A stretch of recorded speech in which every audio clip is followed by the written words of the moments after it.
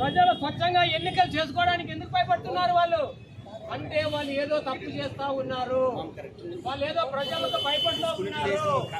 వాళ్ళు ప్రజలకు భయపడి వాళ్ళు చెప్పిన అవినీతిని కప్పిపుచ్చుకోవడానికి పోలీస్ సోదరుల్ని కాపాడు పెట్టుకున్నారు. అవునా లేదా?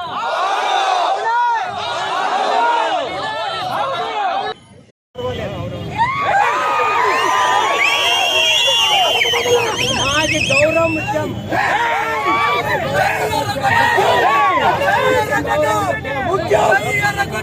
ఆయన కోసం ప్రాణాలు ఇస్తాం.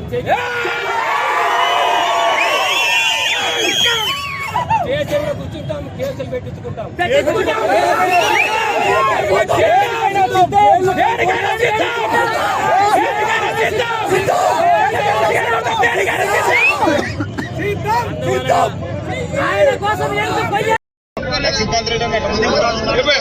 నియోజకవర్గ వైఎస్ఆర్ కాంగ్రెస్ పార్టీ నాయకులు అలాగే చెన్నకేశ్వర రెడ్డి గారి అభిమానులు ఈరోజు ఇక్కడ నిన్న చెన్నకేశ్వర రెడ్డి గారిని సిఐ అల్లాని మాటలని గౌరవపరిచిన సందర్భంగా ఈ రోజు మా కార్యకర్తలంతా ఈ రోజు ధర్నాలో పాల్గొనడం జరిగింది. అయ్యా, ఎలక్షన్ ఉన్నాక సామరస్యంగా జరగాలి. గత 5 సంవత్సరాల్లో చెన్నకేశ్వర రెడ్డి గారు రాజ్యం వెళ్ళినప్పుడు ఎవరిని తెలుగుదేశం వాళ్ళని ఏ విధంగా ఏ ఎలక్షన్లు కూడా అడ్డుకోలేదు.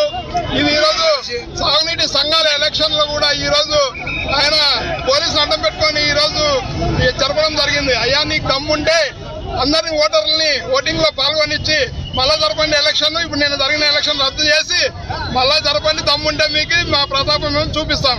ఈ రోజు సిఐ ఎవరైతే సిఐ ఇబ్రాహిం గారు చెన్నకేశ్వర రెడ్డి గారికి క్షమాపణ చెప్పాలని మేము డిమాండ్ చేస్తున్నాం. ఒకవేళ ఆయన ఈ రోజు సాయంత్రం క్షమాపణ చెప్పకపోతే రేపు ఎమ్మెల్యే పట్టణ బంద్కి పిలుపునివ్వడం జరుగుతూ ఉంది. కాబట్టి అందరూ కార్యకర్తలంతా రేపు